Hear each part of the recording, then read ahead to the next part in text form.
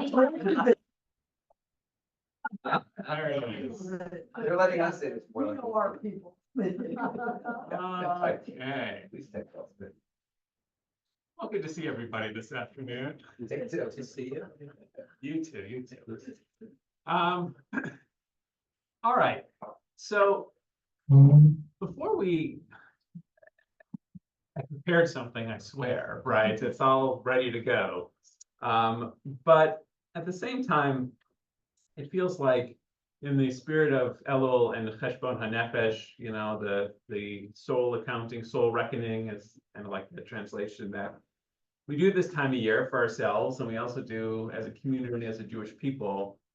It struck me that we haven't had a lot of opportunities in a kind of a smaller group type setting like this. It's not Shabbos morning or something big with a lot of people. Just do a little bit of reflection and conversation on the year that was and the year that's going to be. And I wanted to make some space for that here today for people to share and to talk a little bit. If there's, depending on how it goes, we can get into a part of the Machzor that I wanted to get into and to look at. We can always do some good text study. That's always fun and helpful. At least I think so.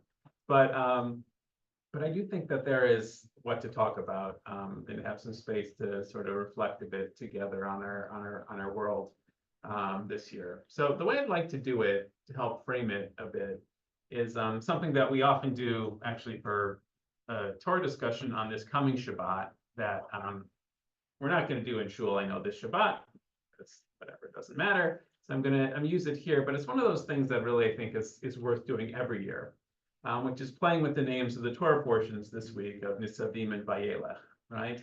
Nisavim meaning to stand, right? To stand still, kind of to reflect on the year that was, and Vayelech about what it means to move forward. What are we, apprehensive about? What else are we nervous about? And what are we? Here it's on my mind. And what are we, what are we hoping for, in the year to come, and kind of to use it as a frame to share a little bit, to talk a little bit, and see how we can help support each other and how some insights perhaps from our tradition can resonate for that. So, let's start with Nitzavim, right? That sense of, we're standing here, as the Torah says, all together, as Moshe calls people together, but makes us think about those things that maybe make us want to stand still before we go into a new year, the things from the past year that are weighing on us and that we're thinking about as this year comes to a close next week. So what are some of those things that are on your mind and are kind of weighing on you as this year 5784 comes to an end? Beverly. Probably the biggest in everybody's mind is the upcoming election. That's really weighing on us. And so it's just interesting. I'll say, I don't know if you heard it on the Zoom, is Beverly started saying it was weighing on all of us, and two other people I think had a different opinion of what was weighing on all of us. So what Beverly said, which just shows how many things are going on there, right? So the upcoming election is something that creates apprehension, and feel the weight of that kind of standing here. Yeah, Sharon. Hostages and what's going to happen with that, and where will Israel be in all of this? Yeah, certainly the hostages, where Israel will be in all this, everything that's happened and is happening, as we speak.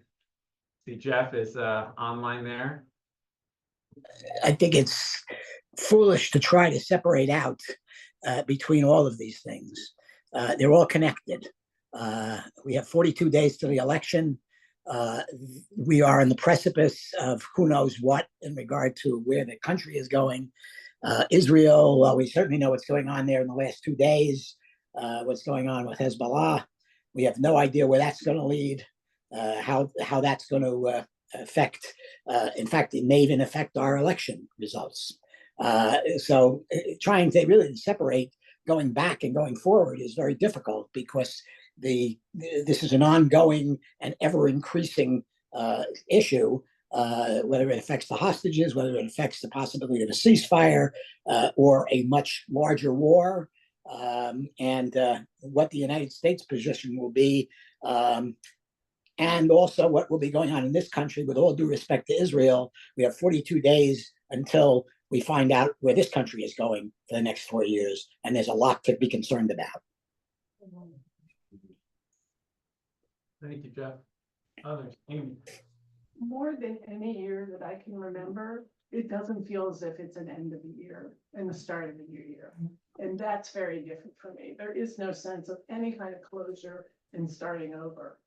So it feels odd to be preparing for a new year. Yeah, it's a really interesting, insightful comment. I mean, I guess I kind of chalk that up to the holidays being so late this year, but you know, Not for now me. that you, It doesn't matter. they're on time. I know, they're on time. But I less chalked it up to the sensitive holidays falling so late in the secular calendar this year. But maybe there's something to that too, right? A sense of just being hard to end this year, hard to open up to a new year. Now, In addition to what Jeff pointed out, that the Israel situation and the American election are somewhat intertwined. The third one is the anti-Semitism in this country. Yes. That's also very much intertwined with both of the other two issues. Actually, all over the world. Well, okay, yes, but All over the world, but all over the world, but here we feel it here. And it's, for many years, you'd say, oh, it's terrible in France or it's terrible someplace else. We have it good. Now this year, you can't say that anymore. Abby, you were gonna ask. I was going to say, in previous years, this time would be celebratory and preparing, getting ready, inviting people. So we're still preparing, inviting people, but that celebratory feel, especially when you hang up friends and family in Israel, the guilt. Yeah. And to the last point about the anti-Semitism, what I'm seeing in the high school, in the middle school, and even remarks in younger kids as well. Yeah, Bonnie? Yeah, I agree that I had the same feeling as all of that. And for me, even when I lost somebody that year, and I do this every year, Alvin made that box and it was up to look like the synagogue, and I even had a picture on my phone. And I opened it up and I put all the people in my family that aren't with us because of, you know, they have passed away. I get that same feeling, except worse, because at least I had them, you know, I had them with me. And here we're cooking, I'm cooking, making all the things that make my family happy. And yet it's so, you do feel guilty that we're going to celebrate here, but how are they going to celebrate in Israel?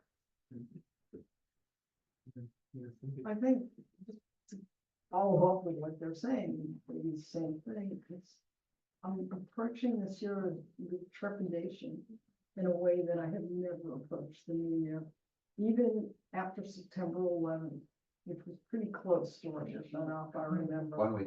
Yeah. And that was a horror, there's no question about it. But I still had more of a hope that at least the new year would be better, and this year, it's like, I'm like, I don't know. I just don't know. After listening to the speaker Sunday night, I just came away depressed, like Yeah. anti-Semitism is a deep-seated thing in all religions, like the world's against us, and you know, and the speaker didn't help make me feel any more positive. Yeah. Yeah, go ahead, Scott. So to tie into this, using the word bubble makes it very difficult being in Israel back in February and staying for a while, and then even being here. There's like that guilt that you're in the bubble and you see what's going on, and you know, I see how the Israelis have dealt with it, and you know, they've been able to go on with the life, but still you're living in certain areas in Israel in a bubble, and it's like, it's just very difficult from that perspective.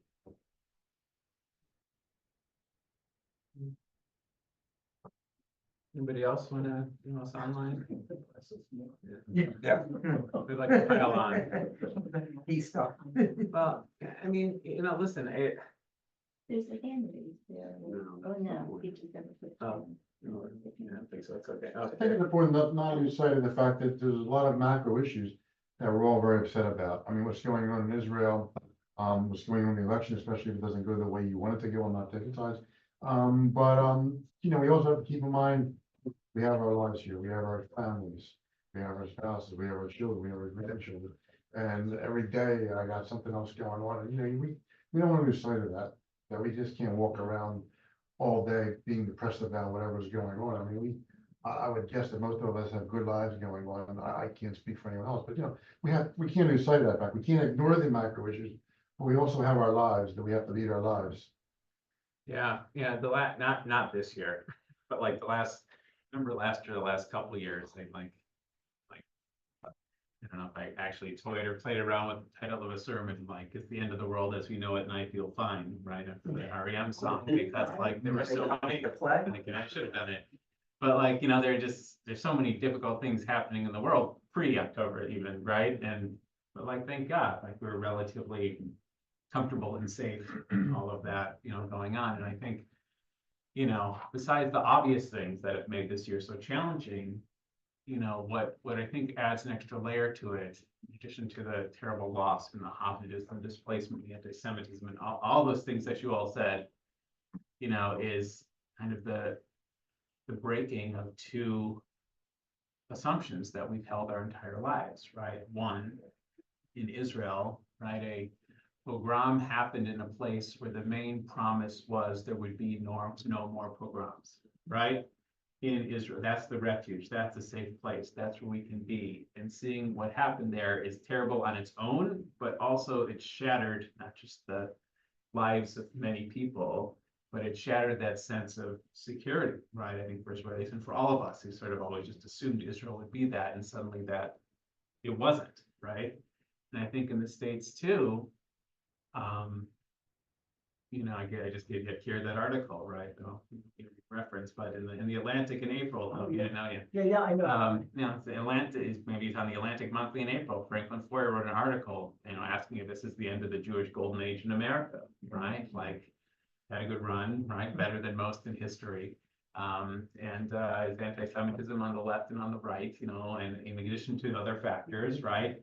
Bringing that to an end, right? Which is a question that even a year ago, I don't think any of us would ask seriously, right? Even after Pittsburgh and Poway and Colleyville, all those things that have happened, as terrible as they are, and they're absolutely terrible, disgusting, and scary, not like this, right? Not like this that we're seeing this year from so many different corners and so many different places that we felt were not just safe, but let's come back on. It's a processor problem. We gotta get fixed.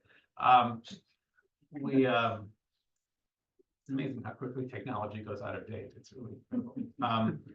But those have just been so, I think, earth-shaking for us that it's what gives us this sense of kind of, unrootedness and anxiety and fear, in the sense of the year, we're not ready for the year to end and a new year to begin. And just living in this uncertainty is something, thank God, we have really, I think most of us, not all of us, have not had to experience in our lifetime. Maybe we heard it from parents or grandparents, right? But those are, their stories that got us here. And it's very, very hard to know how to live in that moment, right? Even with the, thank God, relative comfort that we all think, have, with their own challenges and stuff going on, but it feels much more tenuous, I think, than it did I before. want to say, it's not macro issues for all of us. Yeah. For some of us, it's a micro issue. It's our children, it's our grandchildren, people that we're very close with and that we talk to a few times a week, if not more often. And so what we have in our community are people that, for whom, yes, and it's comforting to know that you're in a community where people care so much. But it's both for a lot of people. It's macro and it's also very personal. Yeah, 100%. my parents had to both flee, and their parents as well, flee from Germany when Hitler rose to power.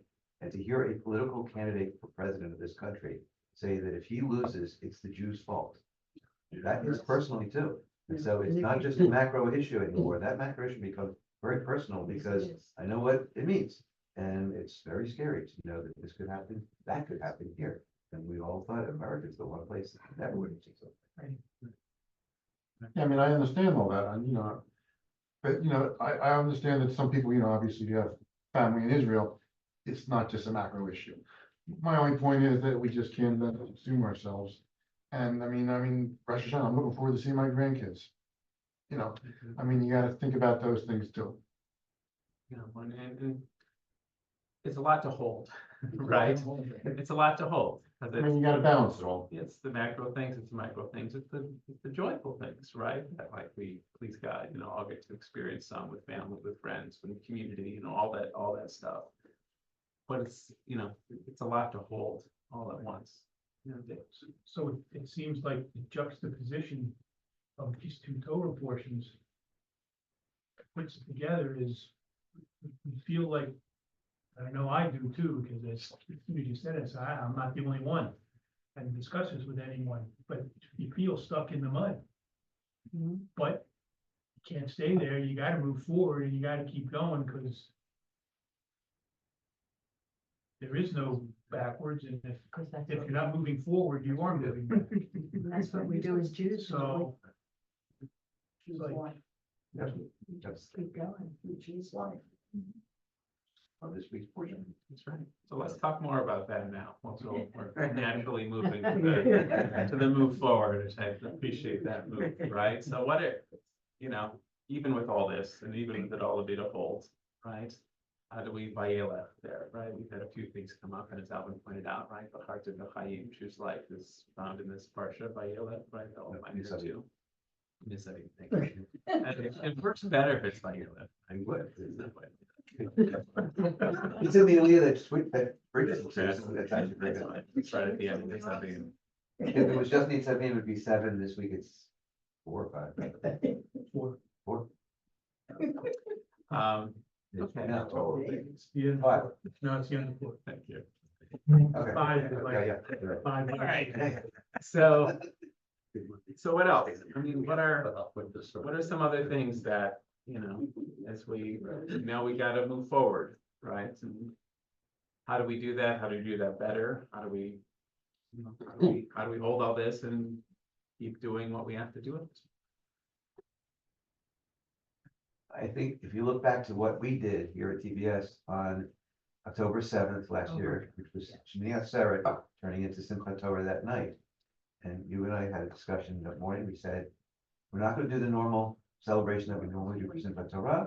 We're going to do 5 hakafot instead of 7. 6, whatever. Yeah, we'll cut it back, and we won't dance the way we normally would do, and we'll go outside. Some of the other things we would cut back a little bit, so that we mute our celebration, but we still celebrate, because life does go on, and we need to do that. And it actually was very good. For the moments we were celebrating, singing, dancing, we could momentarily compartmentalize, and I won't say forget, but could push aside a little bit what we knew was happening or had happened. As soon as we were done, it hit you again. When you had a moment of silence, you started to think about what was going on in Israel, maybe. But we proved that you can somehow mix both the positive and the negative and still go on in a limited way. And I think that says a lot about how we're going to go the next year. All this stuff is weighing us down, but we're not going to stay in the mud. We're going to continue to trudge forward. Yeah, and I'll just say on that, this year, we sent it out last week. By the group that does read the emails, but where I do think there's a helpful model with Yom HaZikaron and Yom HaAtzmaut in Israel for us, not just this year, but in some ways maybe for 1 year to the next too, right? In naming, acknowledging, commemorating, remembering, having a tekes, a ceremony, a ritual moment to kind of reflect and mark that transition from sorrow to joy, even if our joy is far from complete, at this moment that's there, right? It still is something that sustains us in moments like this. And, I think that, here we're going to we're gonna do something based on that model and work on that, but maybe it's helpful to think that way too, more globally, from one year to the next, please God, right? That, you know, that we're able to have a transition that goes on the same type of trajectory, even with all the things that are weighing on us. So, yeah, Beverly. I think Elkin wants to say something. Okay, we'll go Beverly, then I'll go Calvin, thank you. Go ahead, Beverly. Just like this Passover, we added special prayers and discussions to our Seders. I think we have to do that again in Rosh Hashanah, you know. We certainly enjoy the meal, rejoice, but not forget what's happening. Yeah. All around us and include something. Yeah, it's very helpful. I should have this today. There's a wonderful sugya in the Talmud that asks the question. Well, it doesn't ask the question. It's post-destruction of the temple, right? And there are rabbis who are saying, you know, we can't have wine anymore. We can't have this anymore. We can't have that anymore, right? Because the temple's destroyed, right? We need to do it. And Rabbi Yeshua comes in and he says, really, you're not gonna have wine anymore? But you know, this verse says you need to wine for holidays. Like, oh, well, maybe I'll have a holiday. Oh, you're not gonna have meat anymore? Well, you need to be, you know, you kind of deconstruct it. And, you know, essentially what he then says at the end is, listen, I'm not telling you to resume life as normal, right? But I'm telling you that it can't be all consuming for how our world has changed, as tragedy has endured. So he says, so when you build a new building, leave one corner that's unfinished, right? This doesn't come from here, it comes later, but you know, think about it. When you break a glass at a wedding, right, it's to show that our joy is incomplete. And he lists like a few things that we still do to this day to like, doesn't become all consuming, it becomes a moment that like maybe gives us some perspective, right? In the joyous times we do that, that I think is worth thinking about this year too, around your tables and everything else. Enjoy your grandchildren, right? Enjoy the people you're with and all of that stuff. At the same time, you know, make a space to be able to commemorate it in some way. You know, it reminds me, it makes me too, like sometimes a conversation with people who've had a loss of a loved one and the grief can feel all consuming, and talk about how, you know, coming to say Kaddish, right, or having, you know, Shloshim and that Yortzeit, right, it kind of can help you bound that grief, right? This is the time that I'm going to mourn and be able to honor my loved one. So the rest of the day, the rest of the week, whatever it is, you know, I can move forward as best I can with my life. But I know when it's hard, that tonight I'm going to say Kaddish again, and that's going to be, you know, the time that I'm going to grieve. And I think there's a lot of wisdom there. Probably think about this moment too. Elkin had his cartoon hand up. We're still muted. I think so. Elkin, is that? Muted. You're muted, Elkin. No, I know. I'm just messing with my arm. That's all. I will go back since you mentioned it. Based on those of you who heard me when I spoke a couple of months about the trip to Israel, the mission. There are three problems I see in Israel in the year ahead. One's the government. That's up to them. Number two, how is Israel going to rebuild all those damaged kibbutzim and moshavot in the Israel envelope? And number three, where's Israel going to get the labor from? Because they need an outside source, right? The previous source is out of commission now, unusable. All right. So those are the three problems. And our problem, of course, is the election. And fortunately, our economy is doing all right, believe it or not. I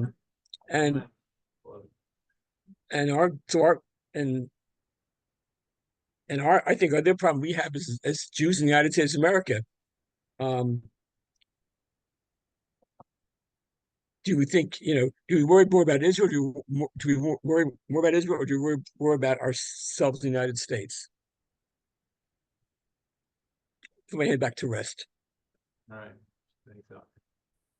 Bonnie. Well, as you're speaking, I realize that, and I learned this early on with my wonderful puppy, but we are a religion of traditions, very strong traditions. And my grandmother used to cook never knowing. My father was in World War II. She didn't hear from him for long periods of time, nor my mother. But it's just a matter of, this is what you do now, and this is what you do then. And if we, no matter how bad it gets, if we don't stop and we continue to go, then our life will go, the years will go on, no matter how sad we feel. That those traditions are so important to us. So I'd hate to see somebody say, well, I'm not doing Rosh Hashanah because it's making me so angry or so upset or what do you think? We can't do that because it just changes who we are. Over there. Oh. Amy. Sorry. Um, From the American perspective, what I'd like to suggest is that we recognize that what we did was we sat in complacency. And what I heard Sunday night really struck a chord that people today, these kids, Hispanic, they don't know their own history. We've just decided that somehow because we were a strong Jewish community and we were free to practice, that it would be absorbed by younger people by osmosis. And it's analogous to what's happened just in American society. People have no idea how government works. They don't understand, they don't know, and therefore you just accept whatever is. And I think that people really need to be educated about civics. And for Jews, we need to make sure they know not only the holidays and the ritual, but the story, who we are. And it's not an either or. All of these things work together. We're citizens of this country, but we're also Jews. And I really think that that is a gaping hole that has led to a lot of this. I mean, if they can't even defend themselves because they don't know the stories, it's never, ever going to get any better. So I think we have to recognize that when we achieve something, yes, you're happy and you don't worry about it, but you keep an eye on it. You keep your thumb on the pulse. And that's what we all did. We said, we're done, we've achieved it. I mean, the analogy exists even for something like abortion. You know, one side decided we achieved it. It could never go away. We don't need to pay attention. And now it's a well, it's an issue. So it's a different kind of education. Yeah. It's really, we haven't educated ourselves enough, our younger generation. And I think that that is to everybody's detriment. Yeah, and it's not just our younger generation, right? Like, it's. I was your- being generous. You have parents and grandparents, you know, who don't know that story, right? It's become a multi-generational problem. And, you know, in a way, it's different, but, you know, in 1989, Francis Fukuyama, who was a political scientist, wrote a famous essay in Foreign Affairs called The End of History, right? So they're saying like communism has fallen, the liberal democracy has won, history has ended, and how wrong he was. Right. But I think it speaks to this kind of human condition of like thinking we've achieved it, right? Like thinking we've made it, and therefore changes everything, right? And like it changed, some things are changed, right? But a lot of it isn't. And to me, that's why, one of the most powerful metaphors in the Torah that we'll read in Bizot HaBracha and in the Torah is, Moses not getting to the promised land, right? Like it's the whole story of the Torah, it never ends. It's the story of a journey. And even when you go on in the Tanakh and Joshua gets in there to conquer and then Judges, it's always very fragile, right? And it never Even quite the fact holds. that he reiterates the entire story as Right. his last action. It's like you have to relearn it, you have to know it, it has to be spoken of all the time, it has to be reinforced. And yes, it's a balance, you can't harangue people all the time, you can't do it, but there's a different kind of awareness. And that's one of the greatest gifts Moshe gave us was you need to retell it, you need to understand it, you need to tell every generation, because that's what we stopped doing.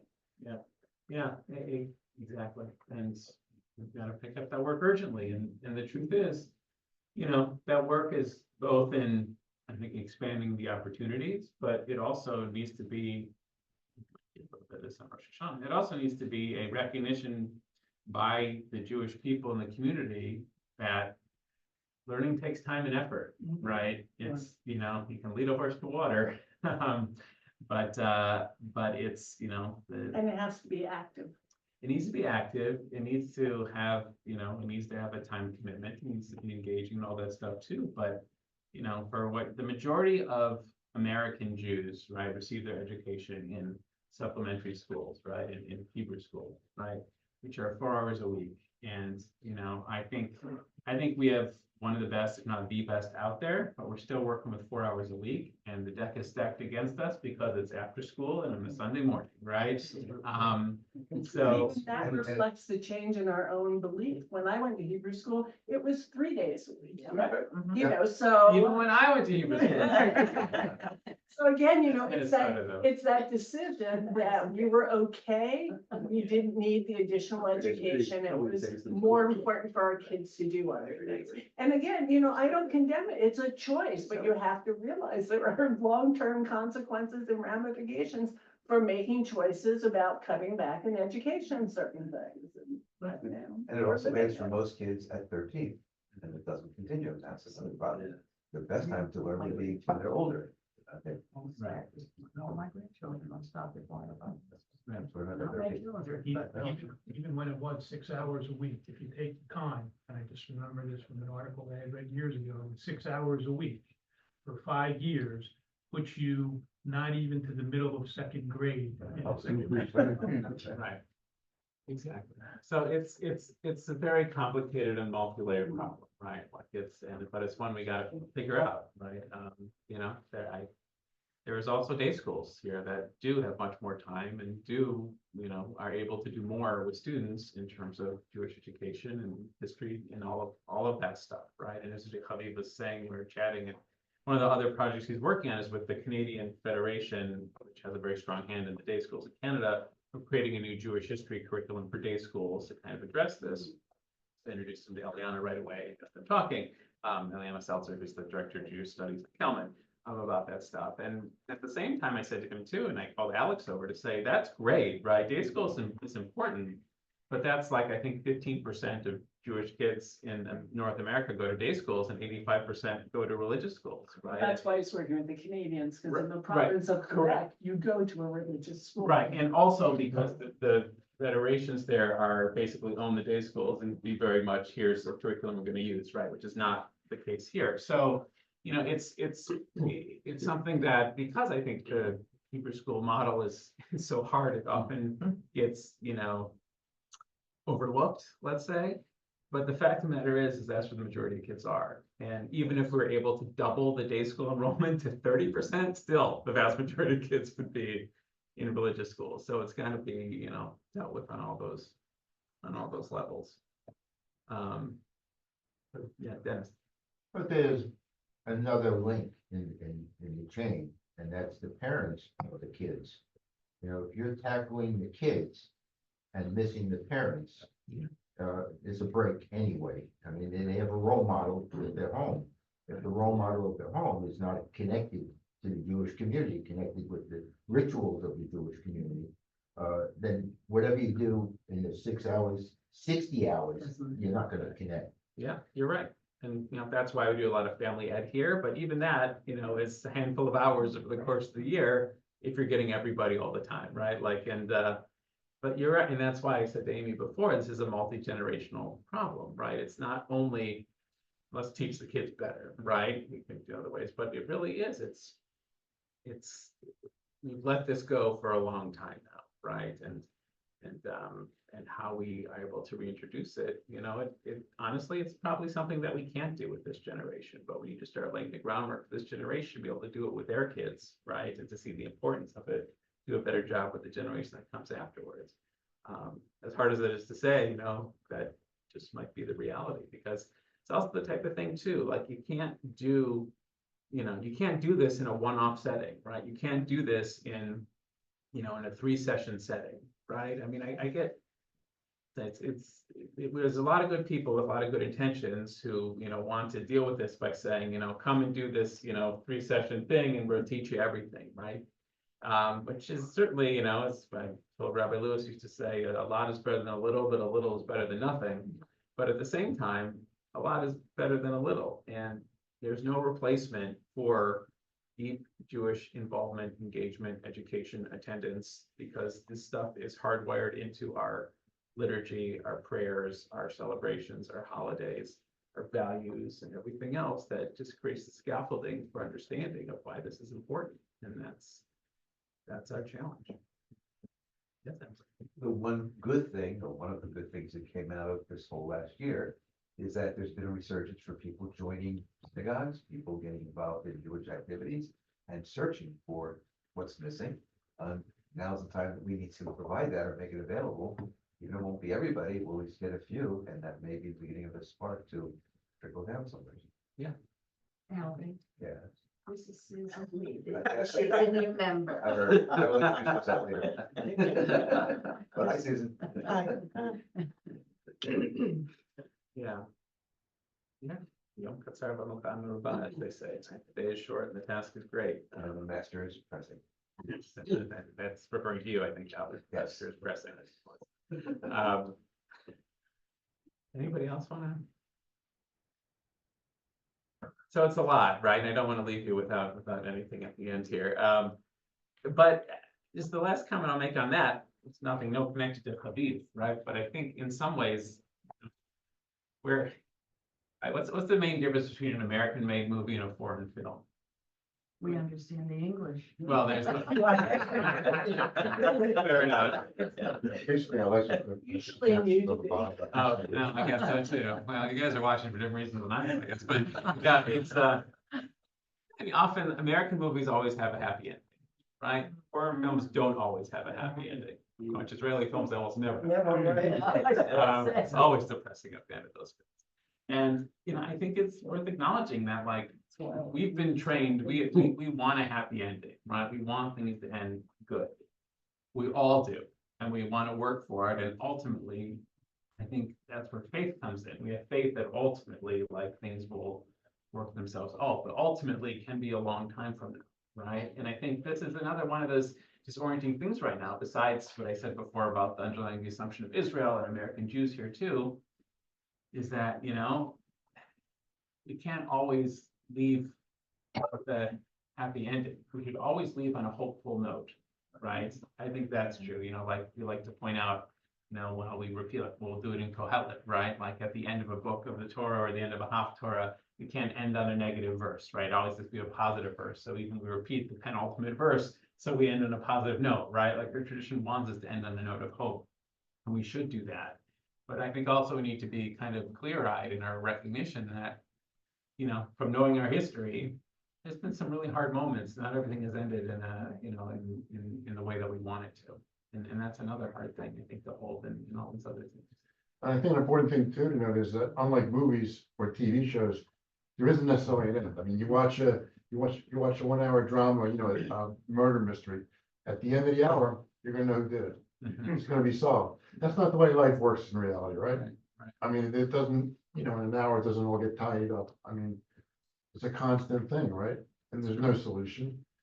I mean, this thing has been going on in Israel for a year, and it's, there's not it's not like after the 2 hours, it's gonna end. No, there's Keep not, going. there's not a simple, quick solution to be had, and honestly, any, solution at the moment to stop the violence would be to pause it, right? Like, there's nothing that's going to, right now magically solve all the different, challenges that are there right now. It's really hard and scary. So let me, Bonnie, and then I'm gonna try to look to the mobster for a couple One of the things. worst things that, we've gone through, was the Holocaust. And yet the holidays still went on even though in America. American Jews and Jews in other countries. They snuck around and, so we are resilient. It's just that now there's nothing we can do but give money, take those small trips to tell people, you're thinking of them. But you're left with that feeling of, it's so little, yeah, you can write a check. You can give money. I know it's important, Yeah. but you don't feel like you're physically doing it. Yeah, but I think it also is the faith that those little things add up, right? Not only the little things that we do as individuals, but the little things we do collectively add up, right? And listen, it's not gonna topple, Hezbollah, but like, it's going to do something. I think we have to believe that, right? And be committed to that, because, each little thing added up can become a big thing. That's important. All right, let me point out a couple of things. I'm gonna share it on the screen so that people there can see it, a couple pages of the Machzor. I asked them to let folks in here, if you'd like to look at the Machzor with the book too, you can do that also, whatever's easier for you, what you prefer. So I've been thinking about this a lot, and there's a couple pieces from the Machzor that I wanna share, maybe give us a little perspective. The first piece actually is from the Machzor, but it's also from the Siddur. We do it every morning. Not only every morning of the holidays. I think it's worth pointing out. It's on page 38. And for the folks online, let me share my screen.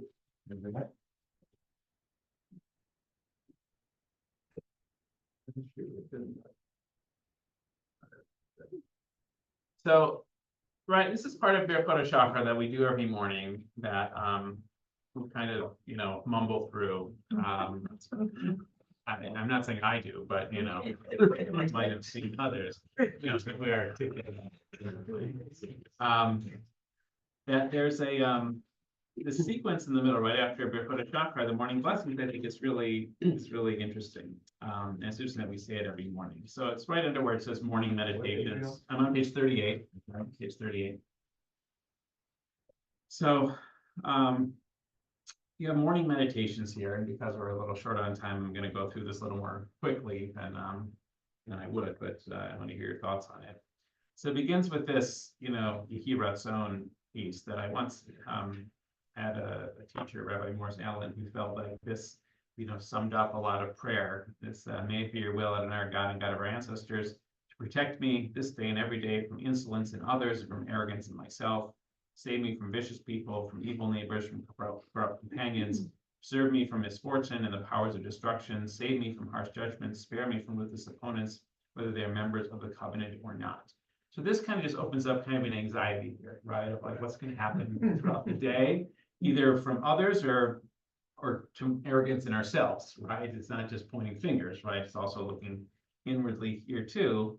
And it kind of opens up this ben shu, ben bri, ben eno, ben bri, whether they're Jews or whether they're non-Jews, right? Whatever is happening here, try to help save me in it. Then it goes on and has this thing that we should say every morning and acknowledge God in truth. And then it asks questions that we usually associate with the high holidays. And this is in the second to last paragraph. The one begins Master of all worlds. But we say them every morning, right? Ma anachnu, what are we? Mechayim, what is our life? Mechastin. This is what is our piety, but it's like chesed, right? What's the kindness we bring into the world, right? What's the good that we do? Masid kenu, what's our righteousness? Ma'ish enu, what's our attainment? Ma kochenu, what's our power? Ma gvurotenu, right? What's our might? What's our strength that we have in this world, right? And asking these existential questions every morning of like, what is this all about? Does what I do matter, right? How can I make this type of difference? And it's going to end this paragraph on kind of a depressing note, right? Compared to you, God, all the powerful are nothing, the famous, insignificant, they lack wisdom, the wise lack wisdom, the clever lack reason. In your sight, all that we do is meaningless, the days of our lives empty. Human preeminence over beasts is an illusion, for all is futile. What a way to start your day. Right? Right? Right.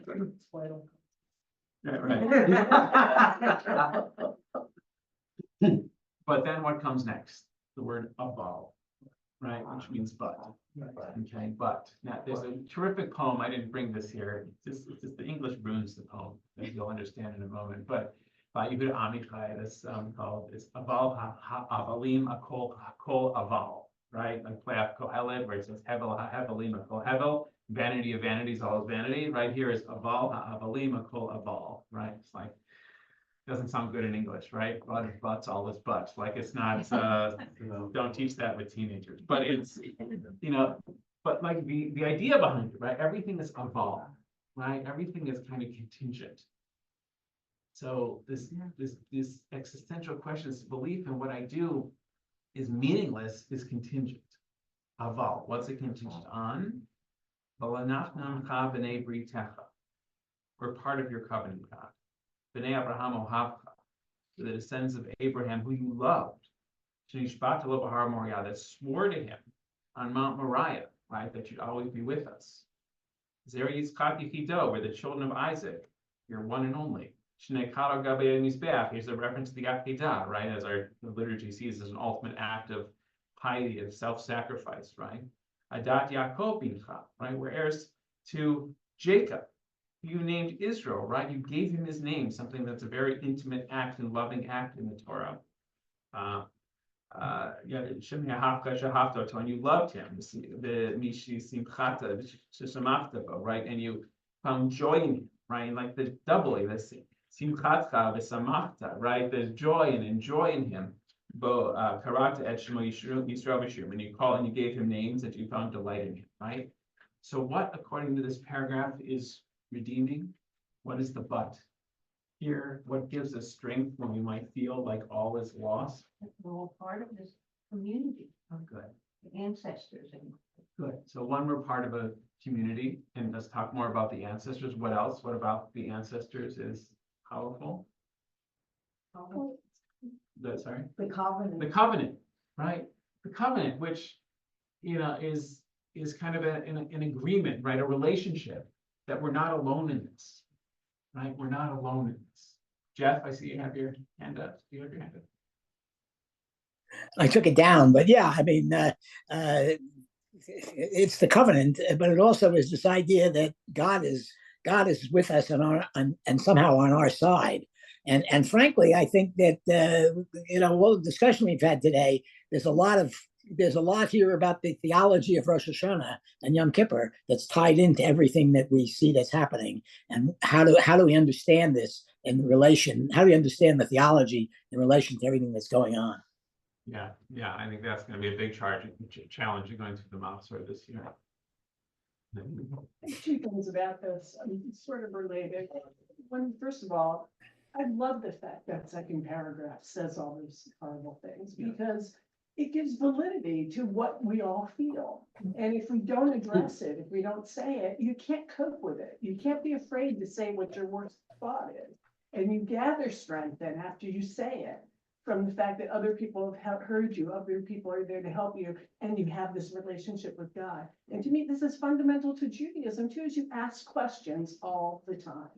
There's no guarantee there are answers, and that's the part I think that people really forget about. But to me, this is the human condition. I'm scared, I'm frightened, I don't even know sometimes how to put words to what I feel. But just admitting that I am, it's like half the problem. And then you're part of that community, part of that covenant. Like, now, I don't have an answer, but I'm with you. I will be there. I will support you. And I think that's key. And that I think it's a beautiful summation of what I call the human condition. Yeah, agreed. Yeah, Alvin. And looking at the ancestors as role models, their lives were not easy. They made silly mistakes, stupid mistakes, bad decisions. And yet they came through it and survived, and we are their descendants. So when we have bad days, we can say, well, they had bad days too, but they made it through. Yeah, and that, right, kind of go back to something Habib said too, like, and that is knowing your story, right? Like, that's the other part of this that we have not mentioned yet, that's in this paragraph too, right? Right. You know your history, you don't need to go all the way back to Abraham, Isaac, and Jacob, right? You know the history of your parents or grandparents, whatever generation, came to America or survived the Holocaust or survived the pogroms or got you here to this day, or was able to, make a living and send their kids to college or do all those different things of that incredible immigration story that so many of us, if not all of us, have in our family, right? And in terms of coming to America or other branches of family going to Israel or elsewhere, like, that is powerful. It's powerful knowing you're part of that story. Right. And I also too, I agree, like, what's striking about this at first is like, they don't answer the questions, right? Like, you think after these questions, like after you ask questions, you're gonna be like, well, here's my purpose, like, what is my purpose? What am I here for? What am I gonna do in this thing? $1 billion industry to tell us what our purpose is, right? In America, that's here, right? And how to find it, everything else. Find our authentic self. Yeah, I heard a great thing. And Steve Martin actually, was talking, and someone asked him, he wrote a memoir about like who his, how he kind of found comedy and who his role models were. And he says, oh, role models, just all these comedians. He says, today it's like, it's a lot of talk about finding your authentic self and connecting to it. It's like, to me, my authentic self would just want me to eat ice cream and watch movies all day on the couch. Like, what pushed me is not my authentic self. It's like, see, these people like to be like them. Like, that's so true, right? Like, what we all do if we really listen to what we really want to do, right? It's like there's something I want to strive to, right? Something I want to become. I want to be like them. I want to be like that person, right? I want to be able to be on a stage like him for, for Steve Martin, right? In that way. And there's real truth to that in a way. Like this is kind of similar, right? It's not. It's almost saying to us like, there aren't answers to these questions, but let's try to figure them out together. And if we right? turn a page, it Yeah, kind of does that. Yeah. Good. So how does it do that? So flip the page. I'm sorry on the Zoom, I didn't do the other page, but we'll read it out loud for you. Right? It goes leficha, right? Then you have the word therefore, right? So okay, because of all this, because we're part of a people, because we're part of a government, because we have a story, right? Because we're loved, by the way, right? Which ahava here is repeated multiple times, because we're loved here, because there's joy in this. Therefore, anachnu chayvim lodot lecha, right? Therefore, it's our duty to thank you and praise you, God, to glorify and sanctify your name. How good is our portion, how pleasant is our lot, how beautiful is our heritage. We are blessed. How blessed are we that twice a day we say the Shema, right? And we say the Shema at that point there too. So how do you see that working, Beverly? The Leficha paragraph? It gives us hope and something to do with those, miserable thoughts. So, and we do it as part of the community. Yeah, good, right? And I think that it gives us something to do, right? And something to do together. Kind of to channel maybe that anxiety, maybe that worry that we have, towards something that's bigger than ourselves, right? More meaningful than ourselves in that way. And to try to help us find a sense of gratitude in that, right? Even after just feeling so vulnerable, just a paragraph or two before, we read all that. So I think, to me, this part of the service, we don't have so many people there. And we don't, we don't insert a kavanah here, a comment on it because, well, right, and even during the week, right, we kind of rip through it and then people come together for the Shema and everything else that comes afterwards. But I think this is really an underrated, beautiful part of the Siddur and of the Machzor in this case too, that, it's worth pondering, every day. And I think especially worth pondering now, of thinking about how we live with these existential questions, how we live with a sense of vulnerability and a sense of even futility at times in terms of what we're trying to do and how we try to do it. And to remember that, well, there are no easy answers to those questions, they're the right questions, right? And it's better that we're asking these questions than throwing up our hands and saying, well, Hevel ha-Hevelim hakol havel. And I wonder if that's in the background here too, right? Of saying, my God, everything is futile, right? Like Kohelet said. You don't say Hevel, we say aval, right? We say, no, but there's something here, right? We have a long history, we have a covenant, we have a story, we have a direction, we have something that helps us find, God willing, love and joy, eventually, if even not at this moment. Therefore, let's get to work. Even on the page before, under where it says prayer in the left-hand column.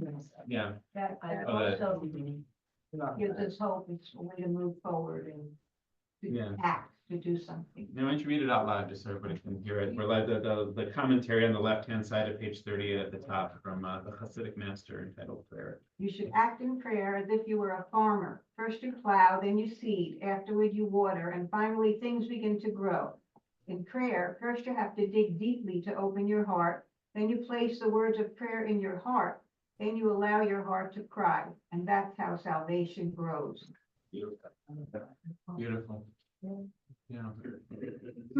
Yeah. So I think this is something I'd encourage you, whenever you get to shul on Rosh Hashanah or on Shabbat for that matter, or whenever during the week, whenever else, and especially on those days, maybe you're feeling a little, a little down, a little vulnerable.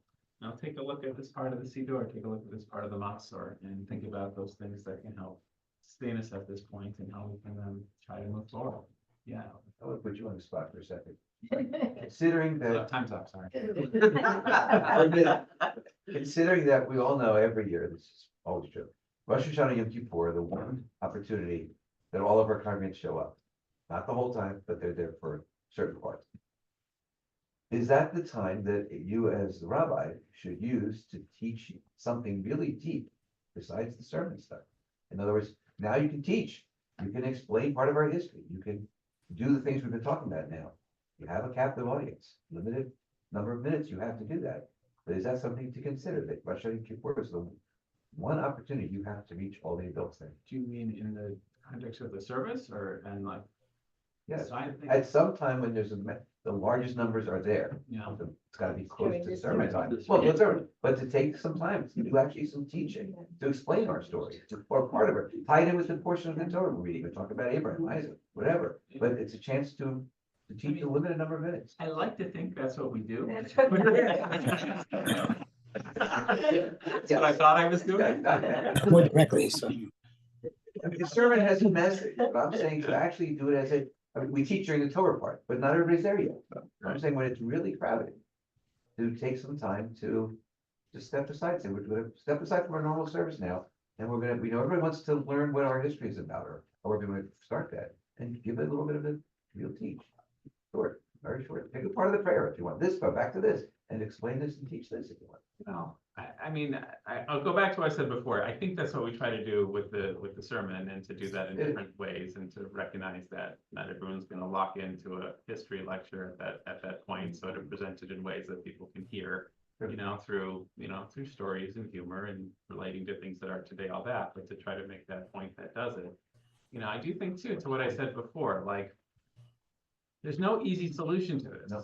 right? Like, even if I stood up and lectured for an hour on Jewish history, like Habib basically did with his version the other day, you're left with more questions, you're left with you're left trying to figure it out, you're left, you need something, right? You need something that's more sustained, and also something that's not, you can't do with Instagram or WhatsApp or social media, and it's, or maybe people smarter than and more savvy than me can do it, but that just, I don't think we've discovered a real, listen, and I've said this before, but today too often we mistake information for knowledge, right? We consume a lot of information. We don't have we have less knowledge, I would say, than others, because the way we consume it is so much more superficial. And what makes this that much harder is, you're never going to beat the larger culture in terms of how people engage with the world and information, right? You kind of can't beat them. You got to join them. I think there are a lot of good people who are working on ways to help try to make, that knowledge more accessible for people, and to be able to get it to people in a way that they're present on and can do, and all of that. I'll be honest, like, I'm not convinced anymore that the sermon form is like such an antiquated form, right? Like, who goes, I know there's lectures in Philadelphia, sometimes people go to that series, but like most people are not doing their learning through sitting and listening to someone talk at them, right? Like, it's just not how we learn anymore. And it's, it's traditional in shul, and that's what people do. And so I'm still gonna do this Rosh Hashanah, but like, I struggle with that, right? And it's hard in that setting with that many people and the expectation, everything. Like, I don't know what else you can do in that way, but like, besides trying to keep it as tight as you can to get your message across, but like, it's not how people, like, once upon a time, that's how people learned and got information, right? Like, people would come to towns, or rabbis stood up, or other experts, and they preach, and it's when people didn't have books in front of them, let alone a phone in their hand, right, to get all that information. That's where they learned something, or they found out something. I don't mean learn something in a deep way. That's how they got news, right, in that type of way. And I think that's another struggle that religion in general has, right, which is, that old challenge of like, tradition is very important, rituals are important to comfort people, familiarity, and bring people together, and all of that. But how we deliver our values and tradition too matters. And I think we can all be better equipped. The information that, people are getting on their phones, it's not always true. You don't really know what. Yeah, and That's why that's not knowledge. Yeah, right, exactly. It's very hard to find that. And of course, how much can you accomplish in 1 or 2 days a year? I mean, there's people like us who come regularly, and there's a lot of people, they're gonna be here rushing Yom Kippur, that's the only time you're gonna see them in synagogue. And how do you deal with that? Yeah. Yeah, here's what comforts me about that, which is I once found, I forget where it was, the Talmud, but there's a rabbi complaining about the once a year Jew back in Israel in the first century.